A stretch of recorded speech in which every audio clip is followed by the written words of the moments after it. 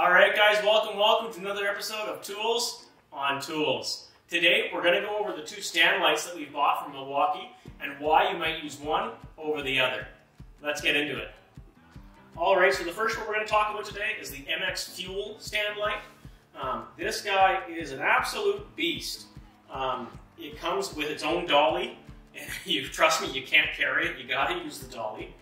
It uses the big MX Fuel batteries, and almost everything on this guy is battery operated. The only thing that really isn't is our outriggers. You want to make sure that you're using the outriggers on any uneven surfaces, because this is very large, so if it tips, it will go and it will go quickly. And you got to make sure that as much as possible, you're using the plug-in cord as opposed to the battery.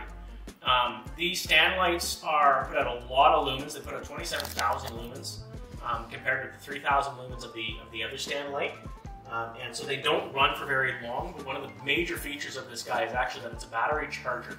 So if you use an extension cord to run the light, and let's say you're using the quick cut saw or you're using the core drill, and you're using it to light up your area, you can actually use this guy as a battery charger, as those things chew through batteries very quickly.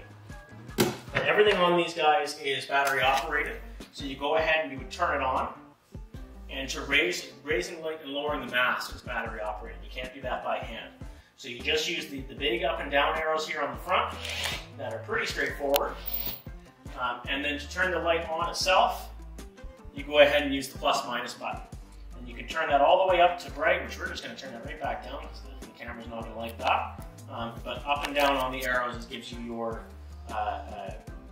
light levels. You can also see across the top here, we've got a battery level display with the 4 bars there. And then on the far top right, we also have the status light for our charger as to whether or not it's charging. Across the back here, we also have a battery compartment.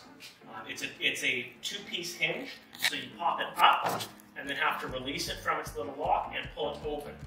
And then same idea, it's a double action release on the battery itself. So you go ahead, you have to flip over the little black spot, little black handle on the red handle, and then once that's flipped over, you can pull the red handle tight and lift the whole battery up and out. And again, this is a charger, so it's awesome to be used with some of the other tools that use MX Fuel batteries. So to move on, I want to talk about the M18 stand light now. The M18 stand light is functionally very similar. It also has an extension cord attachment on it, but it can run off the M18 batteries as well. And it also can charge those batteries. This is really nifty to have. This is more of a one-man stand light, where say you're doing a panel swap or you're in an electrical room by yourself, and it will put out enough lumens for that, and you can run an extension cord and be charging batteries at the same time. Some of the features on this guy, the outriggers on are required at all times. It's just a handle with a little safety trigger. I'll just rotate this around here. You can see on this handle, the release for the tripod is actually very similar to some of the safety switches on some of our tools.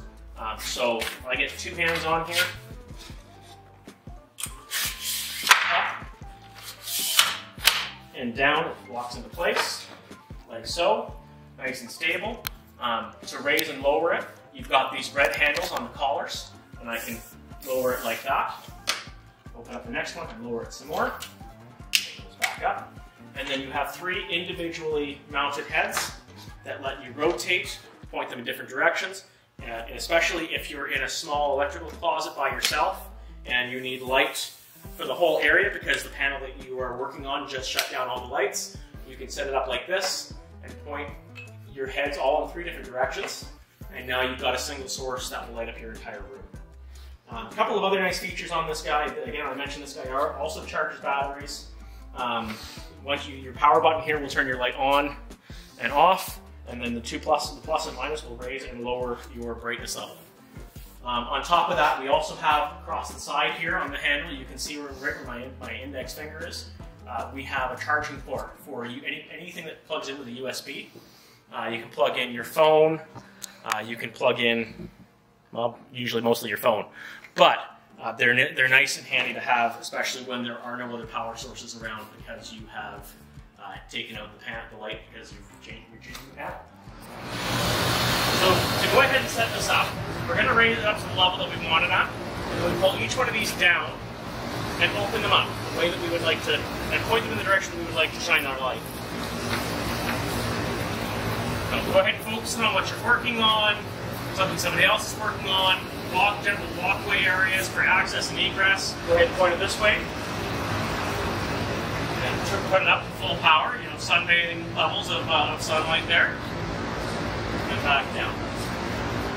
Now again, we don't want to turn it right off all the way because to put it back down, we need it to be powered.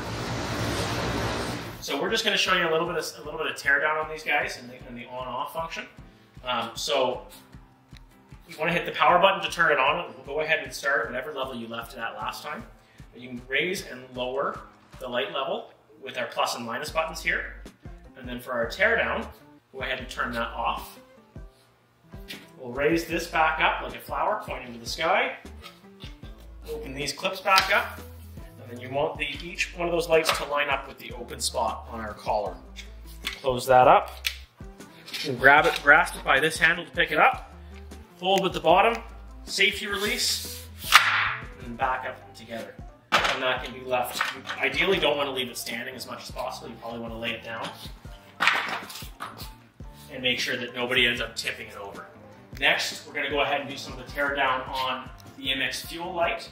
So as I showed you before, in most settings you're going to want to have the outriggers down. So to pull that outrigger back up, you've got this clip right here on the leg.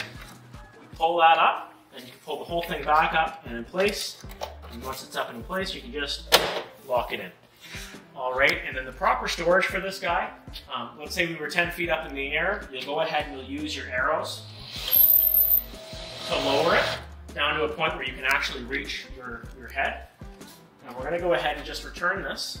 This is the manufacturer specified way of storing it, where you actually want to point it up to the sky like the flower before, but you're going to bend the pedals back. So that the lights face out. Rotate it around so that we are nice and square with the base, and then we can lower it the rest of the way.